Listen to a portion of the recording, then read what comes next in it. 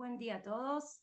Les damos la bienvenida. Hoy vamos a participar de la charla Territorio Intermedio, Estrategias de Integración en Bordes Urbanos, el caso de la Villa 1114. La charla está a cargo de la arquitecta Mara Belén Menéndez, perdón. Mara es arquitecta, se recibió en la UFLO en 2014. Además, realizó un posgrado en Programa de Actualización de Técnicas Proyectuales en la FAD-UBA, es magíster en Hábitat y Pobreza Urbana, y ese es el caso que nos va a presentar ahora, también por la FAD-UBA. Es docente en nuestra casa de estudios, en la Facultad de Diseño y Comunicación, en el área de arquitectura. Además, es profesora en FADU, en Arquitectura 1, y en la UFLO, en el área de diseño arquitectónico. Mara dirige su propia empresa, Inter Arquitectura y Paisaje, y obtuvo premios otorgados tanto por la Universidad de Flores como por la Sociedad Central de Arquitectos, en reconocimiento a su mérito académico. Asimismo, Mara es docente investigadora en pequeñas obras, grandes lecciones en la Facultad de Planeamiento Socioambiental desde 2016. Dicho esto, le damos la bienvenida a Mara y a todos los participantes y arrancamos con la charla. Todo tuyo, Mara.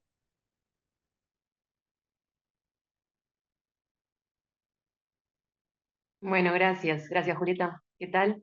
Mi tesis quería contar un poco que estuvo dirigida por el arquitecto Javier Fernández Castro y codirigida por la arquitecta Gissi Giuliani. Es una tesis que se hizo en una maestría que está creada desde arquitectura, digamos, la Facultad de Arquitectura y las facultades sociales de la UBA. Y bueno, es la primera tesis que sale, digamos, de esta maestría con, digamos, una propuesta proyectual. Así que bueno, un poco mi tesis está estructurada dentro como de una tesis proyectual y hay unos momentos teóricos al principio y al final está como todo el desarrollo proyectual en relación a todo el momento teórico. El territorio intermedio es un ejercicio teórico-proyectual orientado a alcanzar la integración socioespacial. Como eje de análisis se toma el límite pensando en su transformación al concepto de borde urbano. El caso de estudio es la Villa 1114 y sus alrededores, y se eligió por ser un sector atravesado por un proceso histórico urbano inconstante, influenciado por inadecuadas políticas estatales de urbanización. El borde es pensado como espacio de oportunidad en este sector que reclama articulaciones pluridimensionales. Entonces acá es un poco lo que les estaba explicando. La tesis se estructura de la siguiente manera. El momento teórico 1 es una discusión entre todos estos conceptos para poder definir el territorio intermedio a través de traslados conceptuales. También es una introducción a las diferentes escalas de trabajo. En el momento teórico 2 se realiza un análisis multiescalar, macro, meso y micro. Se define un recorte a través de un análisis de las variables. Se presenta el caso de estudio en 3 sectores, que es el barrio de Flores, el Baño de Flores y el barrio Pare Ricciardelli, que es la ex Villa 1114, y se presentan detalladamente los problemas A, B y C, que luego los voy a nombrar, finalmente definiendo el recorte donde se ubica el espacio intermedio. En el momento analítico se hace una síntesis de las variables a través de los siguientes temas, que es infraestructura en relación a la desconexión, sistemas en relación a las variables y envolventes en relación a la dimensión socioespacial. Y todo esto se cruza con los objetivos enunciados, que son el A, B y C, son los que empiezan a aparecer en el momento teórico 2. Finalmente, en el momento proyectual se utilizan herramientas de proyecto para hacer un análisis y una síntesis del material para trasladar estrategias proyectuales al proyecto. El proyecto se realiza desde una resolución territorial, que es en la escala meso, y una resolución atmosférica, que es en la escala micro. Una pequeña introducción. En este trabajo se toma como caso de referencia un sector ubicado dentro de la ciudad de Buenos Aires, conformado por la parte sur del barrio de Flores, el Bajo Flores, la Villa 1114, que está en el centro, y hacia el sur hay una sumatoria de predios deportivos privados que están ubicados en el ex Bañado de Flores. Hoy, digamos, ocupan parte del Bajo Flores, Villa Soldati y Nueva Pompeya. Diversos factores hacen determinante la elección de este sector a estudiar. A sería la segregación socioespacial generada por un borde heterogéneo y múltiple, que determina escalas geográficas diversas en los límites del área. También la segregación interna de la Villa 1114, generada por su propia construcción informal y por las construcciones de viviendas sociales que por sus características edilicias aumentan esa segregación residencial. B sería el abordaje incompleto de las operaciones de urbanización del Estado a través del tiempo en los barrios con la demanda de viviendas en relación a los sectores privados. Y C serían las problemáticas ambientales vinculadas al desmedido crecimiento de las aguas generado por características históricas del territorio. Las problemáticas a trabajar en el factor A están más que nada relacionadas a la segregación físico-territorial. O sea, en la villa la segregación interna está dada por la dinámica de crecimiento. Estas transformaciones del territorio generan un obstáculo en la posibilidad de continuar con los proyectos de apertura de calles y, bueno, y otras obras.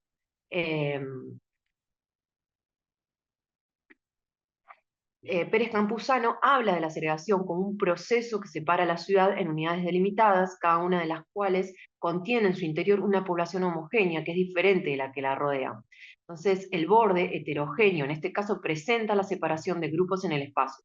Como señala Bordorf, en América Latina el sector informal se constituye como un fenómeno de la estructura de la sociedad entera.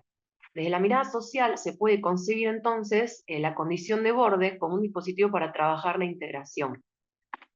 Con respecto al factor B, en el caso de estudio, el Estado es generador de importantes barreras artificiales, por ejemplo, autopistas, grandes manzanas de edificios en tira y grandes espacios verdes privados. Ferme habla de la segregación en las villas de Buenos Aires desde la crítica a operaciones de construcción de viviendas populares concentradas por el Estado en terrenos de bajo valor, sin diseñar para esto políticas para crear espacios de sociabilidad. Bueno, por último, las problemáticas ambientales están vinculadas estrechamente al riachuelo, los bajos niveles topográficos en relación al resto de la ciudad y el agua de lluvia. Entonces, esta descripción permite identificar diferentes escalas geográficas de los procesos sociales que confluyen en un contexto local concreto, ¿sí? La escala geográfica es el instrumento conceptual que trasciende la mera ubicación y extensión de un fenómeno y, por el contrario, visibiliza las relaciones espaciales, sociales y biofísicas que lo constituyen. Entonces, en consecuencia, se toma como predeterminadas tres escalas que permiten identificar dimensiones espaciales, temporales o analíticas en diferentes jerarquías. Las tres escalas van a estar atravesadas durante toda la tesis. Bueno, entonces, a través de todos estos estudios se genera una hipótesis que, bueno, tiene que ver con este sector que está dentro de la ciudad, donde se reconocen áreas divididas de diferentes características, que están rodeadas parcialmente por elementos que separan. Entonces, simultáneamente se presentan continuidades sociales, paisajísticas o de tejido urbano propias mismas de la ciudad, y se reconocen sectores donde se entrelazan estas áreas en conflicto causando un factor intermedio. En 1997, Peter Smithson dio una conferencia titulada Empowering. En ella señaló que el título quiere reproducir lo que ocurre en una playa arenosa con rocas que emergen cuando al bajar la marea se forman charcos en algunos sitios en los que se agrupan piedras. De igual forma, estos conjuntos de edificios traen un empowering del espacio intermedio parecido al de a los charcos de la playa, y lo que queda dentro de este espacio intermedio puede ser extraordinariamente rico.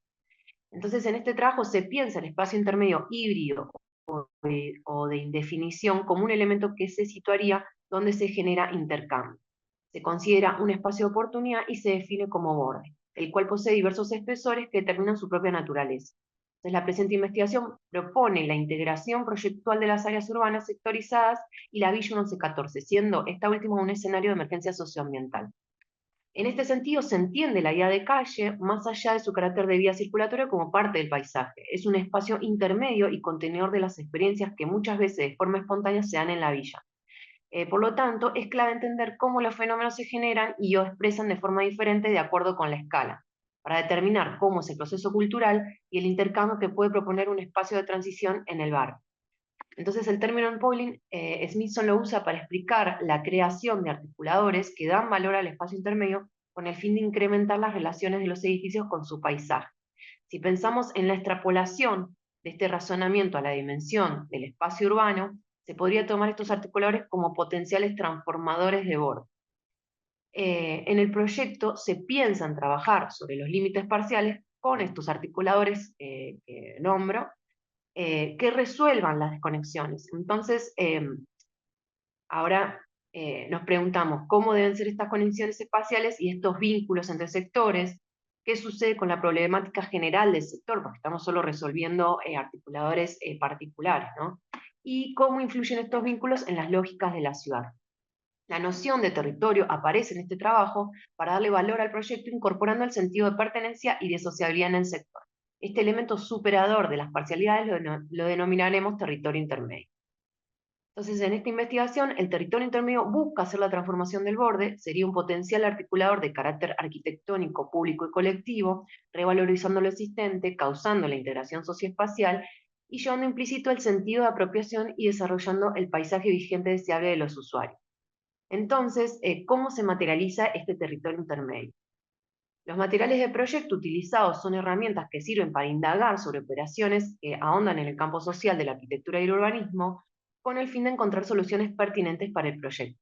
El planteo principal sería solucionar el problema ambiental, dotando al proyecto de espacios necesarios para la vida saludable, también la integración social a través de acciones que prometerían cambios radicales, en este caso representada por expropiaciones de espacios privativos reconvertidos y socializados bajo el dispositivo del territorio intermedio. El conjunto de las acciones plantearía un nuevo paisaje con carácter propio de transiciones, conversaciones y encuentros. Entonces, exponer este caso permite visualizar sectores similares dentro de la ciudad, de escala barrial y territorial, desde usos muy diferentes a frentes urbanos consolidados. En el momento teórico 1 se realiza entonces el debate acerca de los bordes de la arquitectura, el urbanismo y la antropología. Luego se indaga sobre el concepto de territorio para finalmente definir el territorio intermedio.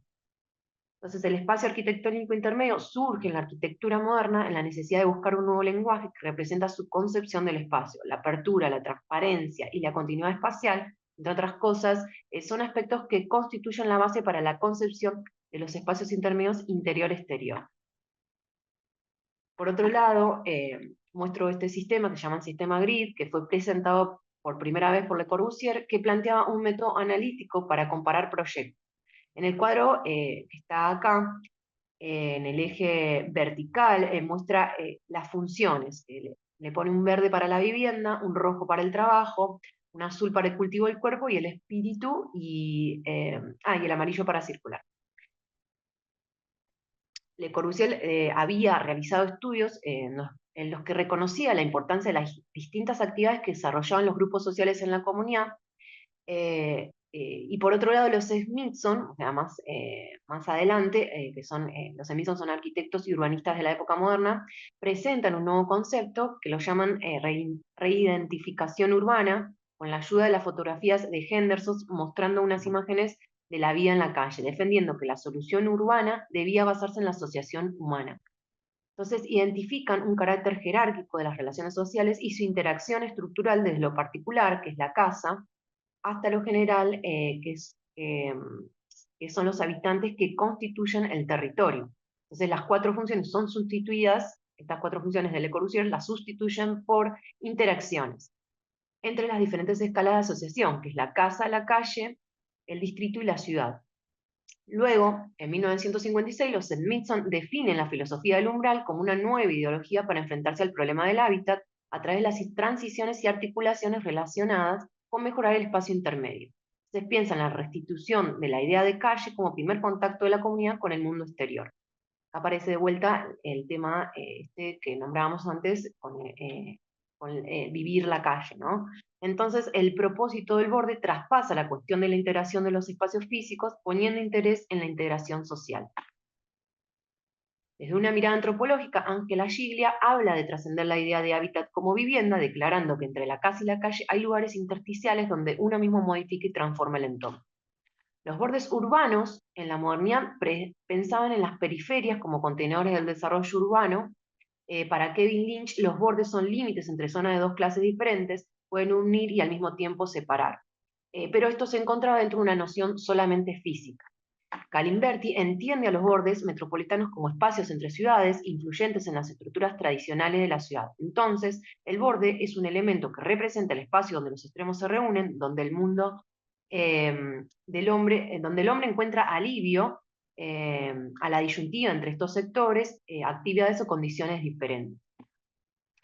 Corbos identifica el territorio como la relación entre una porción de corteza terrestre y la apropiación de una población que lo ocupa, que no es únicamente de naturaleza física, sino que pone en práctica diversas intenciones míticas o políticas, constituyéndose en un producto. El paisaje se relaciona con la forma del territorio, la capacidad simbólica del paisaje puede llegar a ser representante de ideas, sentimientos y visiones de la sociedad que los produce y reproduce y puede ser usado como vehículo para expresarlos. Entonces Corbos dice que lo que cuenta en el paisaje es el valor que se atribuye a su configuración. Este valor es y no puede ser otra cosa que cultural. Bueno, entonces la elección, bueno, entonces acá definimos lo que es borde, lo que es territorio, y bueno, un poco la elección de trasladar el significado de borde hacia la noción de territorio deviene asumir cualidades que ya se vienen gestando. Valén y Velázquez conciben al borde como objeto de ordenamiento territorial y lo llaman territorio de transición. Jorge Blanco, y esta es una de las, uno de los conceptos que más me ayudó a hacer esos traslados, que tiene que ver con que Jorge Blanco reconoce la diferencia entre espacio y territorio, donde el territorio contiene las ideas de pertenencia y de proyectos que una sociedad desarrolla en un espacio dado. El territorio es posterior, se forma a partir de un espacio. Entonces, en este trabajo, el borde es un espacio de oportunidad, el cual reúne las condiciones necesarias para atravesar un proceso. Finalmente, la transformación del borde se define como territorio intermedio. El territorio intermedio colabora en la mejoría de las realidades urbanas en aparente conflicto. El mismo no intenta homogeneizar ni unificar, pretende construir lazos, reforzando identidades y mitigando desconexiones. Es articulador entre partes, busca relacionar identidades sociales para mejorar la segregación socioespacial urbana. De esta manera, el territorio intermedio es el proyecto y revaloriza lo existente, causando la interacción socioespacial. Bueno, este es un cuadro donde se muestra toda esta estructura lógica que tiene que ver, ¿no? Como que se concibe al borde, entonces, como un espacio de oportunidad, es el existente, digamos, cuando eso empieza a tener un sentido de apropiación, y bueno, y acá aparece la palabra territorio, se transforma en el territorio intermedio, que es el proyecto final, ¿no? De esta tesis. Bueno, en el momento teórico 2 voy a contar cómo se eligió el caso de estudio. La Villa 1114 se encuentra ubicada en la zona sur de la ciudad de Buenos Aires, en el barrio del Bajo Flores, desde mediados de 1940. El sector se destaca por la recurrencia de inundaciones a través de la historia.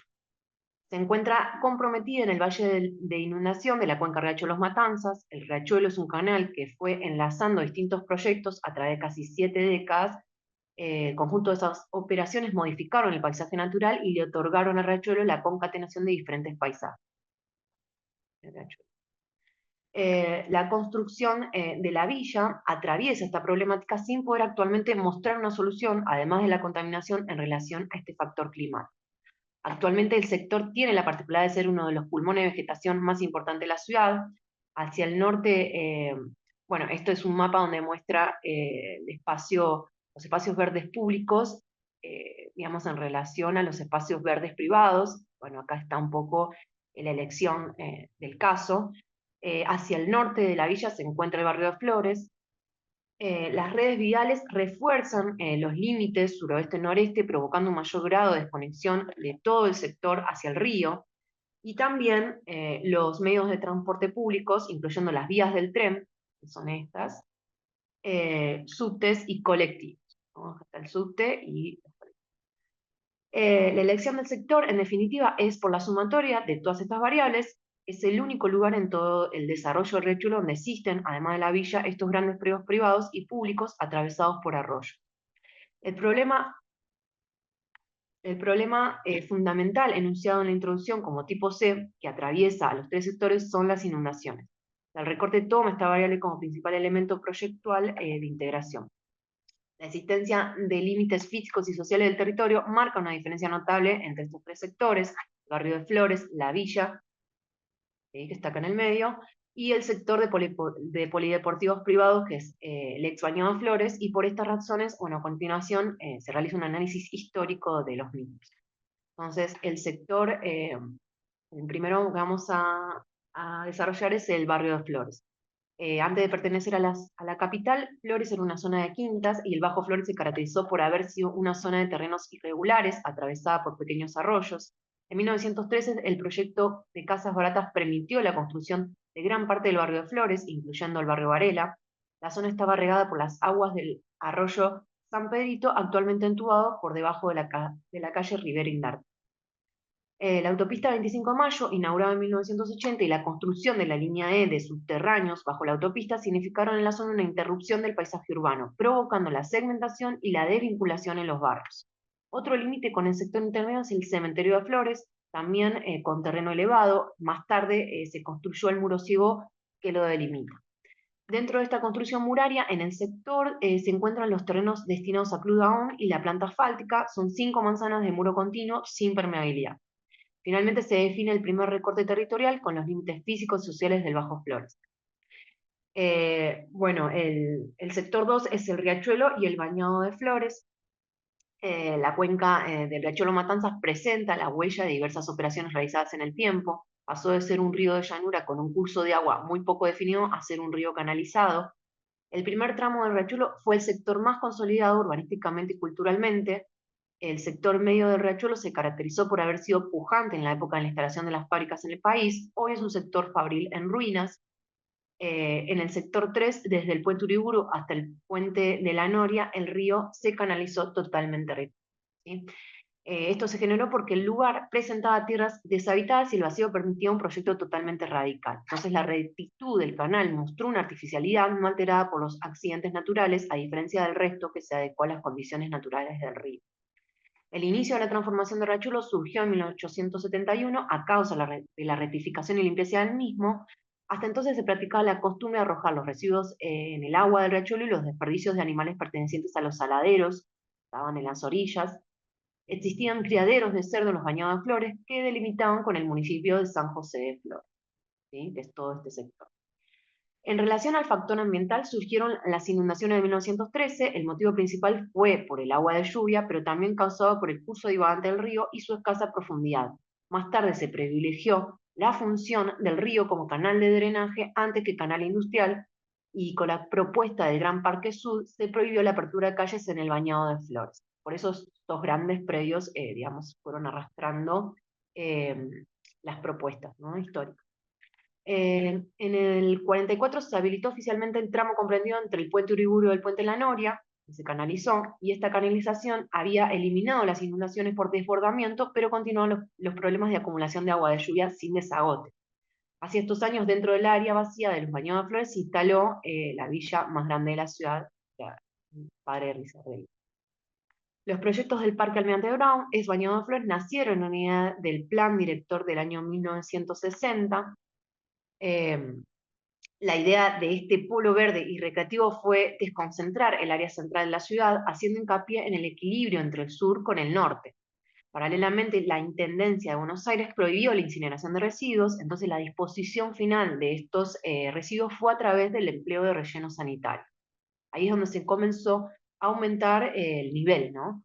Que todavía seguía provocando las inundaciones. Entonces, los deficientes instrumentos de gestión con que se llevó adelante el plan arrojaron un escenario incompleto, multiplicándose los asentamientos precarios. Además, se fueron cediendo terrenos para instalación de instituciones deportivas privadas, ¿no? Acá está como la lista de todos los clubes que hay actualmente. A mediados de 1960 se comenzaron a construir grandes complejos habitacionales proyectados por el plan para sacar los asentamientos precarios linderos al cementerio de Flores. Se inauguraron en el 77 el barrio Soldati y el conjunto urbano La Fuente. Hoy el paisaje del antiguo Bañado de Flores es una superposición de diferentes construcciones urbanas que forman una discontinuidad en el tejido y la desvinculación de la ciudad con el río. Entonces el recorte territorial muestra los límites físicos y sociales de Villa Soldati y Nueva Pompeya, y que es el antiguo Bañado de Flores. El sector intermedio, que es el último a desarrollar, que es la Villa 1114, o sea, propiamente la Villa 1114, y hace foco sobre esta problemática. Desde 1946 hasta 1955 se construyeron barrios obreros, aeropuertos, hospitales, también se activó la estatización y modernización de transportes ferroviarios. Las migraciones internas, aproximadamente 3.400.000 personas, incentivaron las oficialmente llamadas villas de emergencia y las más comunes villas miseria. En respuesta a esto se construyeron 500.000 unidades de vivienda. En la segunda etapa, desde 1955 al 76, se dio la erradicación de villas orientado por una concepción desarrollista según la cual la liberación de los espacios permitía ordenar y planificar la ciudad. El plan de erradicación produjo un proceso de segregación urbana tras la relocalización de los pobladores en grandes complejos habitacionales ubicados en zonas periféricas, núcleos habitacionales transitorios y vivienda definitiva. La Comisión Municipal de Vivienda se creó con el fin de otorgar vivienda de interés social destinada a 80.000 habitantes en las villas de la ciudad de Buenos Aires. A pesar de estas políticas, el resultado fue todo lo contrario. En el 76 llegaron a ser 217.000 habitantes. Aumentó casi bueno, más del doble. En el año 65, la ocupación de la villa estuvo condicionada por las zonas inundables y de pequeños arroyos. En consecuencia, las viviendas se posicionaron alineadas sobre las calles. También se construyeron viviendas NHT hasta 1978. Estos son los NHT, ¿no? Y esto en el 78 ya estos NHT comienzan a estar desfigurados en relación a las inundaciones. Entonces, las políticas de erradicación que se venían dando se convirtieron en la dictadura cívico-militar en la erradicación de villas a través de la expulsión forzosa, sin alojamiento alternativo, produciéndose el decrecimiento drástico de habitantes hacia el Gran Buenos Aires. En el 83, con la vuelta de la democracia, se desarrolló un proceso de reapropiación de la ciudad mediante estrategias de ocupación de villas y se lanzó el primer programa en respuesta a los derechos de la población a permanecer en su territorio. Este periodo se puede decir que fue el comienzo de las políticas de urbanización que aún continúa vigente. La ocupación se desarrolla desde los límites hacia el centro, en el 88, y está directamente relacionado también a los fenómenos climáticos. Y, bueno, digamos, se empieza como a ver en estas manzanas, ¿no? Como la ocupación es periférica y radial también, ¿no? En relación a estos elementos que son huella, pero también por momentos inundación. El producto de la lucha impulsada por las organizaciones villeras trajo consigo la construcción y la adjudicación de 400 viviendas del complejo Rivadavia 2 en el 97, y solo 50 viviendas de este conjunto fueron adjudicadas a las familias de la Villa 1114. Luego se hicieron 612 viviendas tipo dúplex del barrio Elía, adjudicadas en el 88. En el 98 se comenzó la construcción del sector polideportivo. Sí que el sector polideportivo es este, que está en el centro de la villa. Tenía 482 viviendas. Los complejos de las manzanas 2N y 2M fueron ocupadas antes de su adjudicación. Entre el 2003 y 2009 se realizó el adjudicamiento de los 3 complejos bonorinos. Así aparecen por acá. Este es el bonorino, está acá. Y las 2M y 2N están por este sector, acá. Entonces, el objetivo era adjudicar estas viviendas a nuevas aperturas de calles y liberación de manzanas que no pudieron concretarse por el nivel de consolidación que tenían las viviendas. Respecto a la dimensión físico-espacial, la villa creció vertiginosamente en los últimos 20 años. Esta dinámica de crecimiento implicó la consolidación de un mercado comercial y un mercado inmobiliario informal. Actualmente el sector de la villa es una parte de la ciudad desconectada. Es la villa de emergencia territorialmente más grande de la ciudad autónoma de Buenos Aires y una de las mayores en cuanto a la población, contándose 40.000 habitantes al 2018. Acá aparece un poco esto, el sector de las manzanas que se hicieron, el sector polideportivo y el sector bonorino, que fueron las viviendas sociales que, digamos, se insertaron dentro del territorio de la villa, ¿no? Se pudieron hacer aperturas de calle. Bueno, y así es como cómo se delimitó este sector de la ciudad, donde se puede reconocer 3 tipologías diferentes, ¿no? Podemos hablar un poco de tipologías, pero donde se encuentra el barrio de Flores, que es la ciudad consolidada, formal, la villa que se encuentra en el centro y el sector, digamos, sur, que tiene que ver con todo digamos, los predios deportivos privados, que es el ex Bañado de Flores, con toda esa zona mucho más inundable, ¿sí? Que lo que es el norte. Bueno, luego se realiza un recorte integrador, ¿sí? De estos tres sectores y con el cruce de todas estas variables, ¿sí? Y en este mapa lo que trato de hacer es intentar mostrar el espacio potencial donde se va a desarrollar el proyecto, que es el borde, y digamos, es el existente, y se toma como un espacio de oportunidad en el área, y bueno, como se ve en este mapa, en este área central es como mucho más, como aparece de una manera, digamos, un espesor mucho más importante, ¿sí? Entonces, es donde se puede detectar este problema enunciado en la introducción como tipo A, que es un borde heterogéneo múltiple. Bueno, en el momento analítico, las instancias de relevamiento están asociadas a estos tres elementos, que son infraestructura, sistemas y envolvente, que atraviesan también las escalas que anteriormente mencioné, que tienen que ver con una escala macro, una micro y una meso, ¿sí?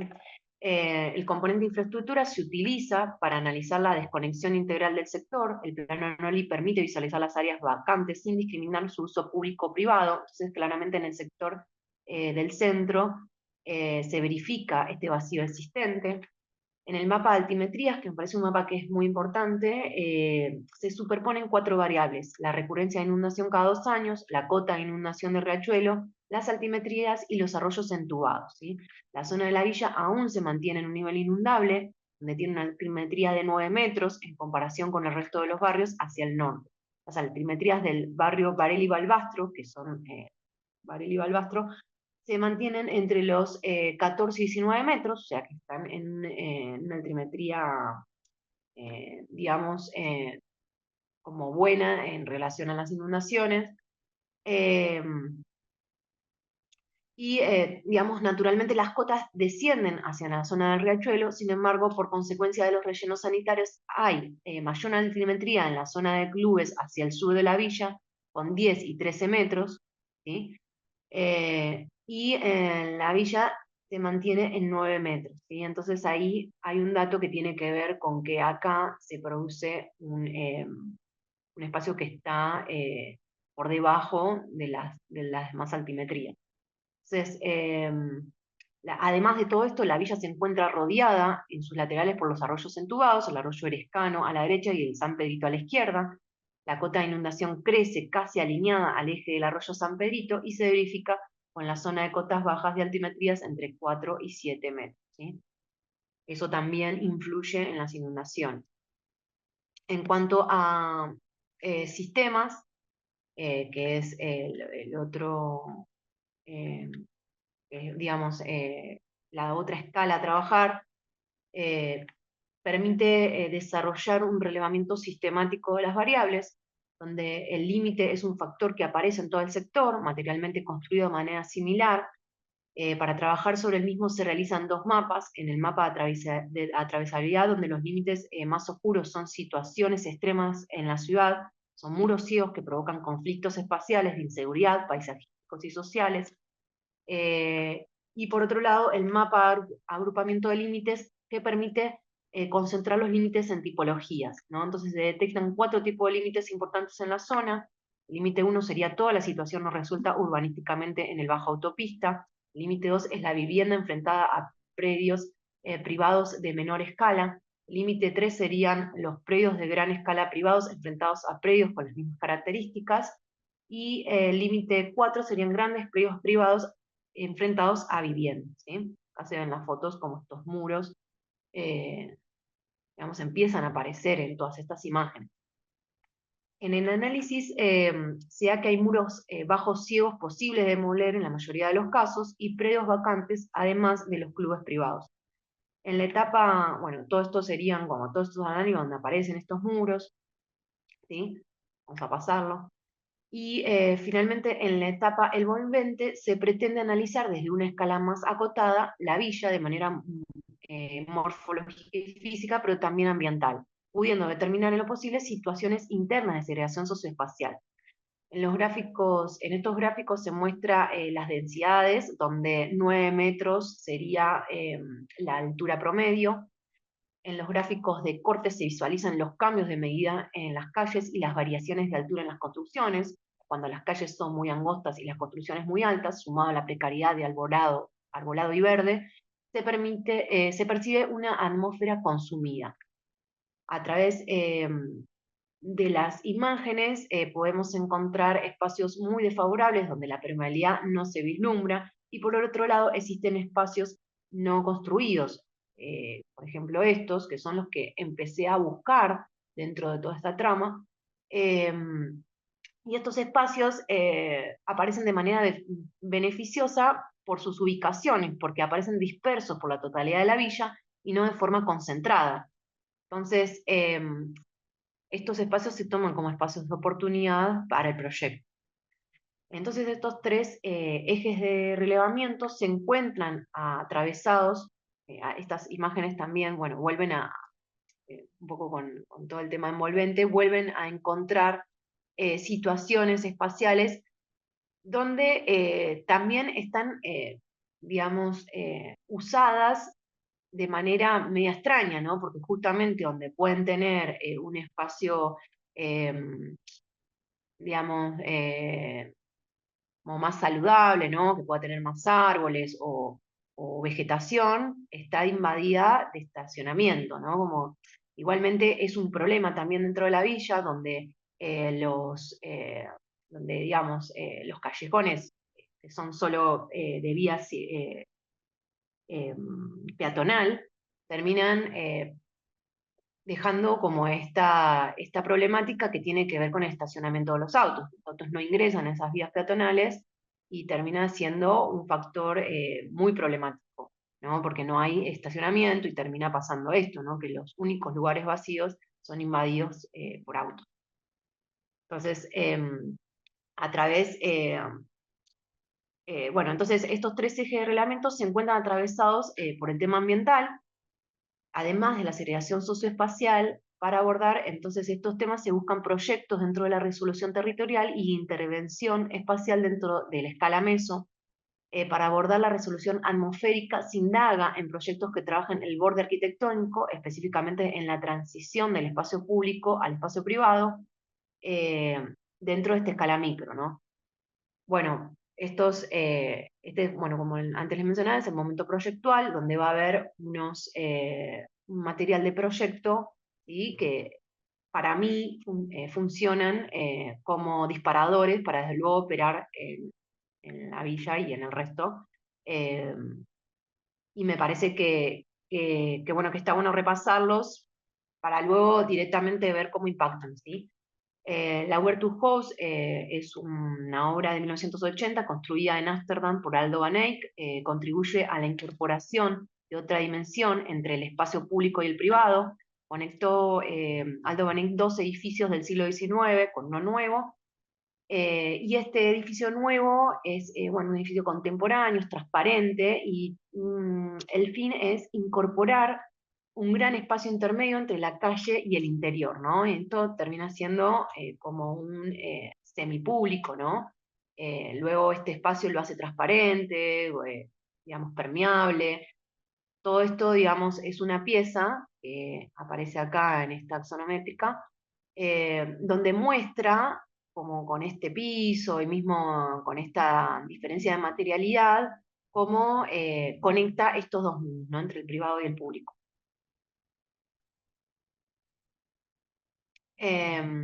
Y bueno, permite para eso una apertura y un acceso visual a la ciudad. Estos espacios semipúblicos y de circulación se posicionan en esta nueva fachada con la intención de generar grados de transición entre lo público-privado, interior-exterior. El concepto de calles en el aire, desarrollado por los Edmondson, se basa en tomar las propias calles que conforman el espacio urbano y trasladarlas a los bloques en altura. Esta idea es plasmada en el complejo residencial Robin Hood Gardens y en el proyecto del edificio Golden Lane. La intención principal era aumentar la medida de estos espacios para que cada calle en el aire pudiera servir de acceso a un número de personas suficiente grande como para que llegue a ser una entidad social. Como intervención espacial, por otro lado, que tiene que ver ya con otra escala, eh, se propone estudiar proyectos realizados en contextos informales en conflicto social urbano. Como punto de partida se propone identificar 6 dimensiones, que son las simbólicas, arquitectónico-urbanística, socioambiental, paisajística, programática y socioespacial. Se toma el caso de los espacios de paz en Caracas, donde a través de la autoconstrucción de espacios públicos en contextos urbanos conflictivos, involucra a la comunidad de manera activa en el proyecto y la construcción. Entonces, la estrategia consiste en operar sobre espacios no utilizados o subutilizados. Por ejemplo, en este caso, los elementos livianos se adosan a la construcción existente no permeable y permiten, bueno, estos espacios antes mencionados, donde el programa es un patio de juegos y un área multipropósito, ¿no? Otro caso se eligió por estar en una zona más consolidada y por ser una intervención sobre una existencia. Acá se posa este elemento liviano sobre esta existencia, se hacen algunas modificaciones, ¿sí?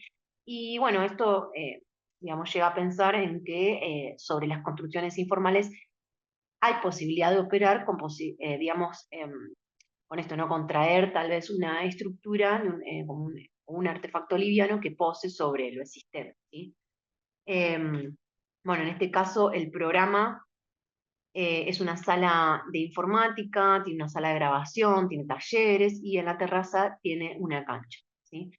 Y otro de los proyectos es la nube, que es un espacio lúdico para la contemplación, también se posa sobre, digamos, construcciones informales existentes, y en este caso el paisaje fue un condicionante del proyecto desde una dimensión simbólica. Entonces estos 3 proyectos muestran una estrategia de resignificación de los territorios como también del paisaje, ¿sí? Desde la experiencia productiva se intenta crear una comunidad que desarrolle herramientas de planeamiento participativo, como también generación de oficios, y parte de la metodología del proyecto es involucrar a estas personas a través del trabajo, ¿sí? Entonces el sentido arquitectónico, urbanístico y socioespacial muestran una captación de espacios de oportunidad para ser transformados hacia un equipamiento con actividades de carácter público, donde se promueve la implementación de los espacios públicos como conectores y articuladores.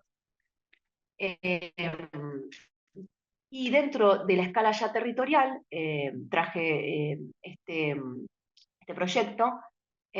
También se buscan otros 2 más, que son proyectos urbanos, o uno más, perdón, de impacto en la ciudad, que indagan dentro de las grandes problemáticas, que tienen que ver con lo socioambiental y lo socioespacial, para resolver, digamos, esas problemáticas, a través de herramientas de articulación, que una es infraestructura hídrica y la otra interconectividad urbana, ¿sí? Eran 2. Dentro de lo que es infraestructura hídrica, hidráulica, traigo el Parque de la Gavia, que es un proyecto situado al sudeste de Madrid. La superficie del parque abarca unas 39 hectáreas, que están salpicadas de pequeñas lomas que conforman un valle por el que discurre el actual arroyo de la Gavia, ¿sí? El arroyo de la Gavia se encuentra acá en el centro, en esta imagen no se ve, que desemboca en el río Manzanares. Hoy es un paisaje seco que se extiende por toda esa región, ¿sí? El proyecto parte del concepto de ecovalle que tiene en cuenta las condiciones medioambientales y energéticas. Las estructuras, bueno, la propuesta tiene que ver con unas estructuras, es un árbol de diseño abstracto, que están conectadas al arroyo de la Gavia recuperado, el cual constituye la base o el tronco del sistema de árboles de agua del valle. El que es el tronco es el arroyo de la Gavia, ¿sí? Entonces se crean estas estructuras de árbol que funcionan como una planta de tratamiento natural, donde se reutilizan las aguas residuales para crear un ciclo de espirales de agua para riego y reducir los residuos, ¿sí? Los 4 árboles de agua de la colina del tipo A, que son estos, están situados en los puntos más elevados de la topografía, donde reciben el agua procesada en una planta de tratamiento terciario, ¿sí? El agua, después de ser purificada, pasa por, ¿sí? Estos purificadores, acá también hay otros, pasan al sistema de árboles B, ¿sí? Que son árboles de agua de la colina, ¿sí? Luego estos árboles de agua vuelven a purificar el agua a través, y como él lo llama, como estos de la colina son de valle, ¿sí? Con otro tipo de purificación donde terminan desembocando en el riachuelo. Perdón, el riachuelo, en el arroyo Lagal, ¿sí? Entonces, la propuesta consiste en incorporar un sistema que sirva para crear la topografía global del parque, basado en la función de purificación del agua y su uso para el riego. Las interacciones mutuas entre los árboles de agua definen un topos nuevo. Acá se ve, digamos, en estos cortes se ve, acá lo dice, en naranja lo que era la topografía original, eh, en rosa lo que es la topografía actual y en verde lo que termina siendo la topografía del proyecto. Y entonces acá se ve cómo se va adaptando un poco a la topografía natural, ¿sí? Entonces, las interacciones entre estos árboles definen un topos nuevo, es decir, unas condiciones de diversidad que originan tipos distintos de espacios que de esta manera modelan el parque. Los distintos tipos de biotopos surgen de la diversidad de condiciones medioambientales. Entonces, no es un proyecto que resuelve específicamente las inundaciones, pero abarca un problema socioambiental y paisajístico a través de una estructura que se suma a la topografía, creando en conjunto con la naturaleza nuevos biotopos. Además del sistema de purificación, es interesante rescatar la conexión y el papel secundario de estas estructuras artificiales al sistema troncal y natural existente, con la intención de trabajar en sinergia, estos dos sistemas. Entonces, otro proyecto que traje es el que resuelve un poco la interconectividad urbana. Es un proyecto en Medellín, ¿sí? Donde se sitúa, donde digamos, se desarrolló un gran mercado informal de los suelos urbanizables y de vivienda, que se fue asentando de manera irregular en las laderas y perímetros de la ciudad. En los PUI, que son los proyectos urbanos integrales, se aplicó el modelo de urbanismo social compuesto por tres componentes: el físico, el social y el institucional. No lo voy a desarrollar eso ahora, pero bueno, me parece que lo importante es que en el diagnóstico se encontró que la calle era un elemento clave, ¿sí? Debido al déficit de espacio público en estos barrios, la calle es el punto de encuentro de la gente, el lugar de recorrido, pero también el lugar de estar. Por esto, la calle fue el escenario principal. Una de las grandes apuestas fue diseñar y reconstruir la calle para el encuentro y para el entretenimiento, y también como elementos conectores, ¿sí? Una de las obras más simbólicas es el Puente Mirador Andalucía, Andalucía a la Francia. Es un proyecto integral de conexión entre barrios, de encuentro ciudadano y de contemplación. Otro factor fundamental fue la localización del metro cable, que se encontraba en construcción. Fue una oportunidad para articular los proyectos y programas estratégicos al sistema estructurante de movilidad de la ciudad, ¿sí? El diagnóstico realizado dentro de la Comuna 13, que es en otro sector, evidenció una alta precariedad en los sistemas de transporte de alta pendiente y alta densidad habitacional. La estrategia que se usó para esta zona se dio a través de unas escaleras eléctricas para solucionar el problema de movilidad en el sector. Las escaleras están fusionadas a pequeños parques, viaductos y senderos que bordean la silueta de la topografía de la montaña y se conectan transversalmente al barrio. Entonces, los ejes de este plan son la interconectividad urbana, que es la implementación del teleférico, el metro, las escaleras urbanas, en función de conectar a los barrios con el resto de la ciudad. Por otro lado, la conexión de infraestructura, donde mejora el acceso a todos los servicios públicos básicos. La inclusión, que tiene que ver con la construcción de de escuelas, centros polideportivos, bibliotecas y centros culturales gratuitos y de calidad, ¿sí? Se busca entonces a través de estos espacios el desarrollo de las personas como componente simbólico. Luego de todo este análisis material, es un poco lo que es la parte de material de proyecto dentro ya del momento proyectual, se propone, digamos, se hace una síntesis de todas estas propuestas y se hace un traslado de las estrategias de proyecto. Entonces, dentro de la resolución territorial, se propone reconvertir en pública el área verde privada, ¿sí? Que es de estos, bueno, acá ya volvemos de vuelta al sector, sí, perdón. Pero lo que, digamos, como propuesta territorial dentro del área, acá está la villa, no lo ubican. Y todo esto es el sector de polideportivos privados. Entonces lo que se propone es reconvertir en pública toda esta área y, digamos, los edificios construidos se van a seguir administrando por cada club privado, siendo estos responsables de las variables de las actividades deportivas techadas, ¿sí?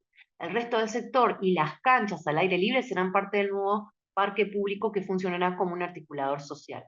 Con la construcción del nuevo parque desaparecen los muros y cambia la normativa, la cual permite el crecimiento en altura de las viviendas que lo rodean, ¿sí? Que pueden ser de este sector de la ciudad. Para resolver la comunicación vial se propone generar 2 vías nuevas de tranvía, que son el tranvía conectadas al tranvía existente. Entonces el sistema de tranvías permite la liberación del espacio en lugares reducidos, como contaba antes, los callejones, y otorga un orden en el transporte vial del sector. Reducir el transporte automovilístico y la contaminación ambiental y espacial de las calles, pasillos, para ocuparlas con arboledas, ¿sí? Que eso ocurre en este mapa. Al recorrer la villa a vuelo de pájaro también se reconoce el peso de los volúmenes construidos. Es así que se pensó en unas veredas, ¿sí? Y radicar de alguna manera la memoria del barrio como huella e impresión superficial de la trama. Entonces, estos caminos orgánicos dentro del parque admiten organizar las distintas actividades que pueden darse simultáneamente en el parque. Dentro de la villa se proyectan corredores verdes, son estos, que culminan en plazas internas de mayor escala. Y esto va a estos espacios, como que yo les contaba, que son los sectores donde se encontraban, digamos, vacíos, y bueno, acá, digamos, termina decantando en el proyecto en estos espacios verdes dentro de la villa. Bueno, el modo de arbolado, bueno, perdón, para resolver, por otro lado, acá cierra esto, sí, para resolver, por otro lado, las inundaciones se propone la construcción de una infraestructura hídrica desplegada sobre el área, con estos mapas, ¿sí? Que trabaja en conjunto con una nueva superficie topográfica en el parque. Sectores rellenados crean colinas y sectores socavados crean deprimidos, ¿sí? Esta red de cañerías están conectadas a los arroyos entubados. La red establece las dinámicas hídricas de llenado y vaciado a través de la ley hidrostática de los vasos comunicantes.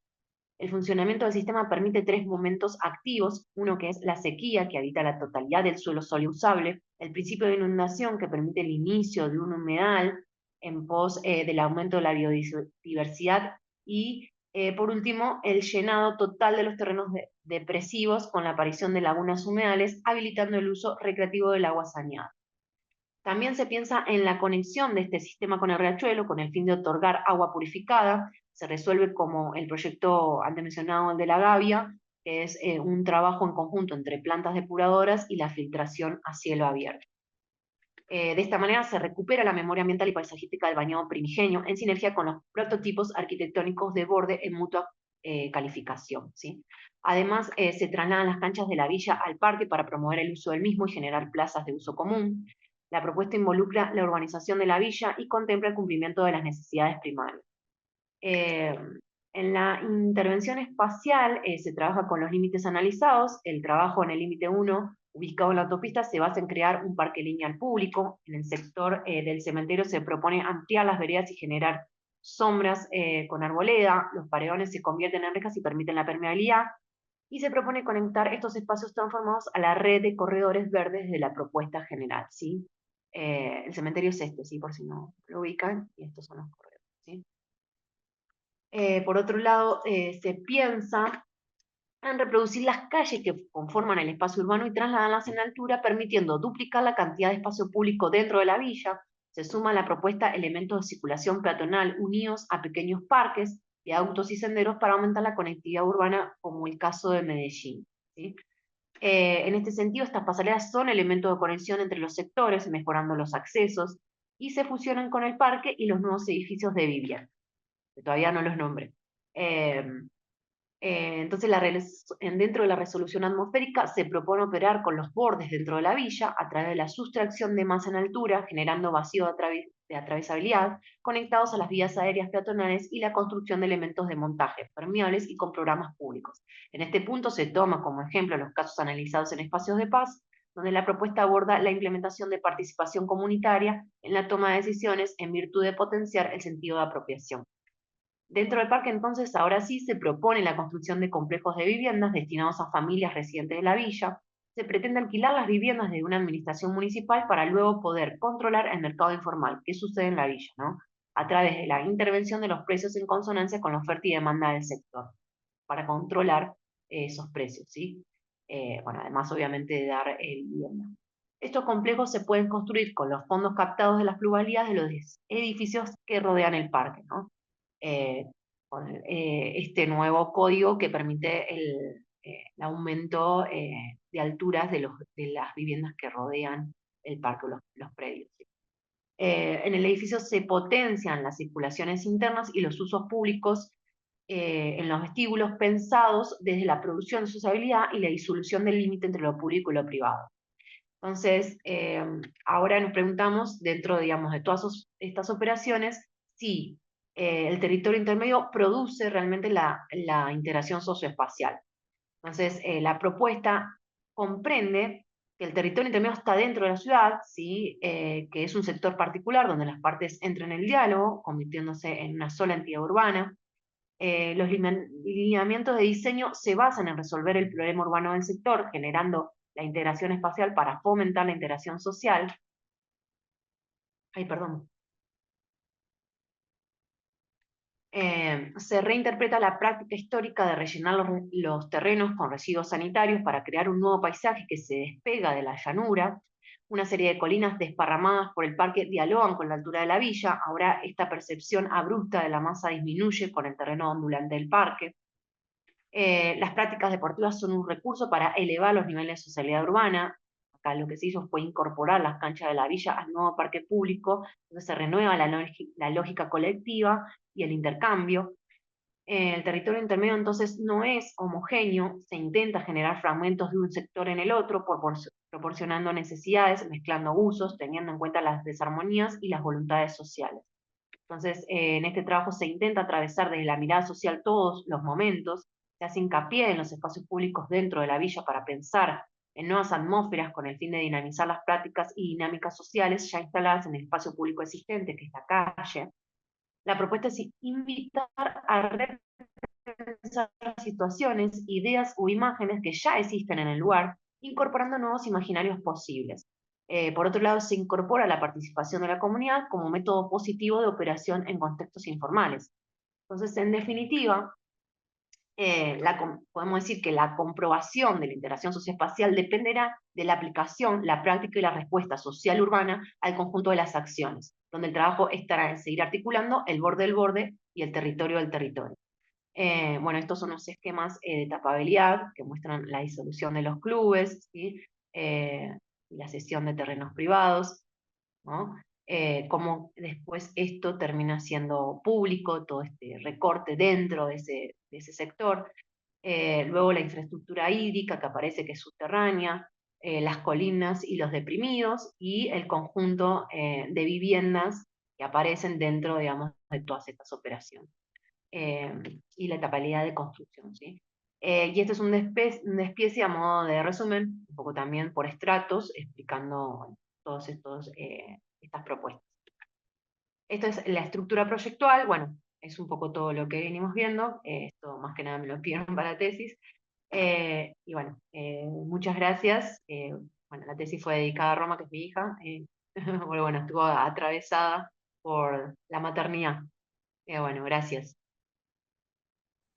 Muchas gracias, Mara, por tu presentación. Si alguien quiere hacer preguntas, puede escribirlas en el chat. Muy interesante tu trabajo, y no solo muy interesante, sino que es un gran aporte para reducir las desigualdades en una zona bastante degradada de la ciudad.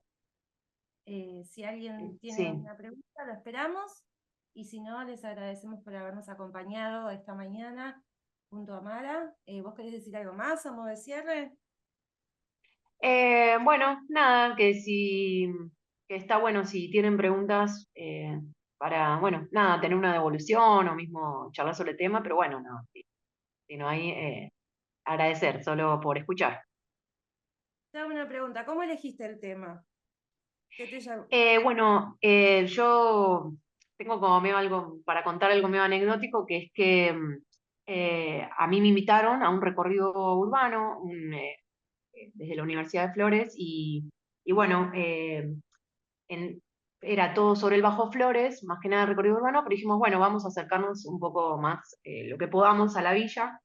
El tema es que la villa es un poco complicado de entrar, digamos, tenés que entrar con gendarmería, entonces aproveché esta oportunidad y bueno, nos metimos por el barrio Rivadavia 1 y cuando caminando, ¿no? Desde la ciudad y después metiéndose por el Rivadavia 1, que es una escala baja de viviendas, empecé a visualizar la villa desde una esquina y me impactó la escala, ¿sí? Es como una escala muy abrupta en relación a cómo se venía recorriendo, es una escala baja el barrio, mismo el barrio Varela y el Balbastro, ¿no? Antes mencionado.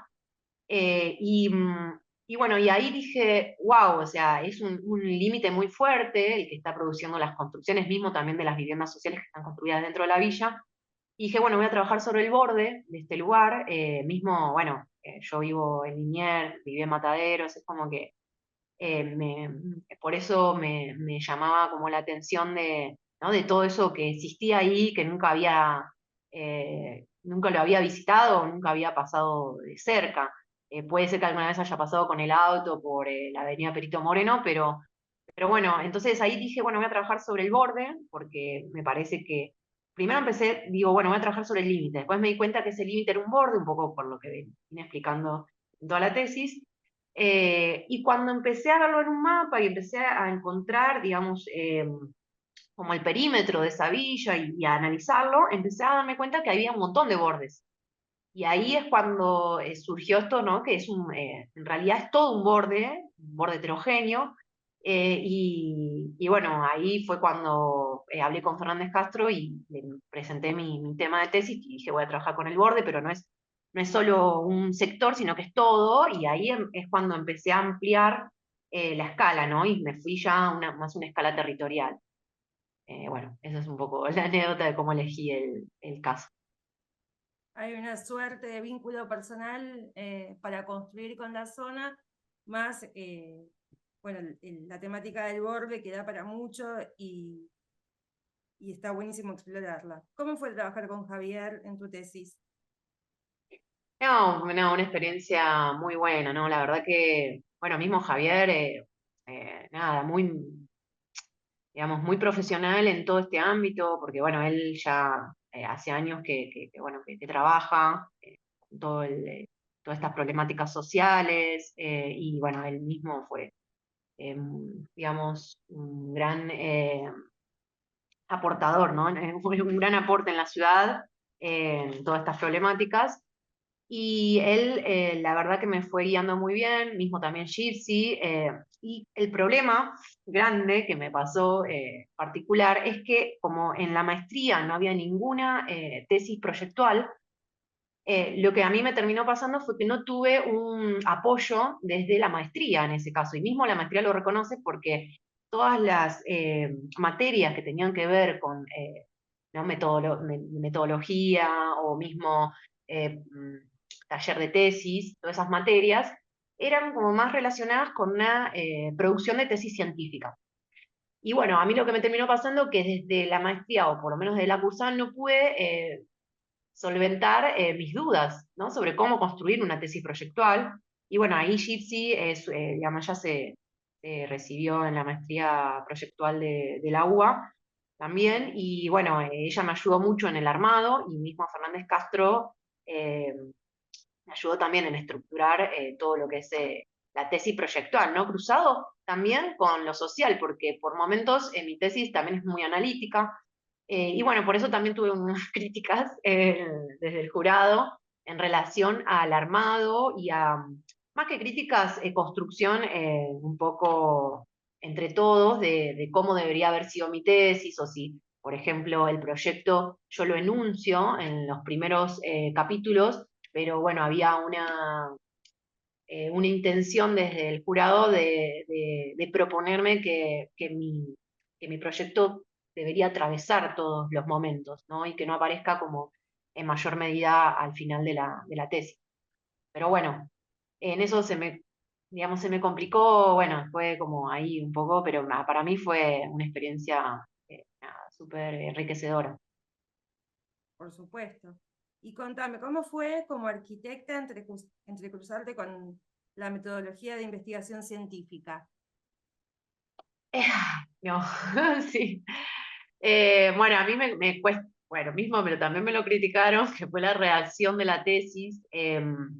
Bueno, todos los que, digamos, vienen del ámbito social, bueno, es como que pareciera como que sacaran tesis como si fuera una fotocopiadora, ¿no?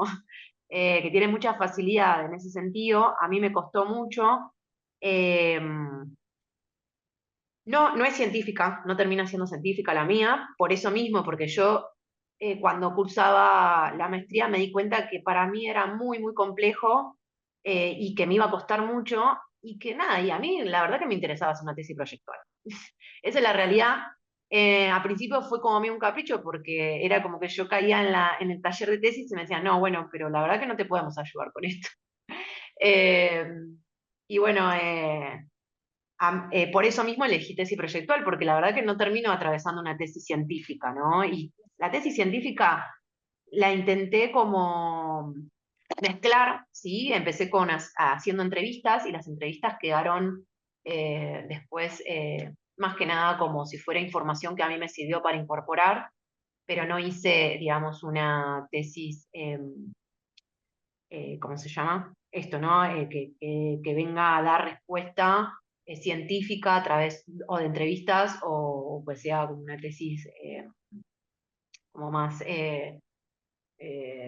digamos, puramente de mapa, ¿sí? Que tiene que ver, sí, como en otros tipos de tesis, ¿no? También dentro de lo que es científico. Pero bueno, Vos incorporaste eso. lo social dentro de tu tesis y abriste ¿Cómo? nuevas redes, que digo, incorporaste lo social en tu tesis y abriste Sí. nuevas redes de interlocución con otros no arquitectos, ¿no? Claro, Porque también sí, eso también, digamos, me lo cuestionaron los jurados, que tiene que ver con que yo traje conceptos de otras ramas, ¿sí? Y a mí me sirvieron. Ahora, no sé si realmente eso, eh, bueno, esto genera confusión, porque, digamos, cuando vos traes conceptos de otros lados que no tienen que ver, digamos, puramente con urbanismo y arquitectura, tal vez algunas palabras, digamos, significan otras cosas, pero bueno, yo fui a buscar lo que a mí me servía, ¿sí? Entonces eso lo crucé, por ejemplo, no sé, con Jorge Blanco, ¿no? Que él trae como un concepto de espacio y de territorio y que yo lo vinculo con un poco lo que vengo desarrollando, ¿no? Para poder hacer ese traslado, ¿no? Desde el borde al territorio, ¿sí? Primero lo tomo como, al borde lo tomo más desde el espacio, entonces yo necesitaba convertirlo en territorio, porque el territorio empieza como a tener este sentido de apropiación y llevarlo a lo social, ¿no? Entonces había como ahí una necesidad también de ir a esas otras concepciones o desarrollos conceptuales de las palabras, ¿sí? Entonces, bueno, a mí me sirvió. No sé, necesito como hacer una charla larga, tal vez con los jurados que tuve o con mismo en mi maestría, que ahora ya me citaron para ir a hacer una charla.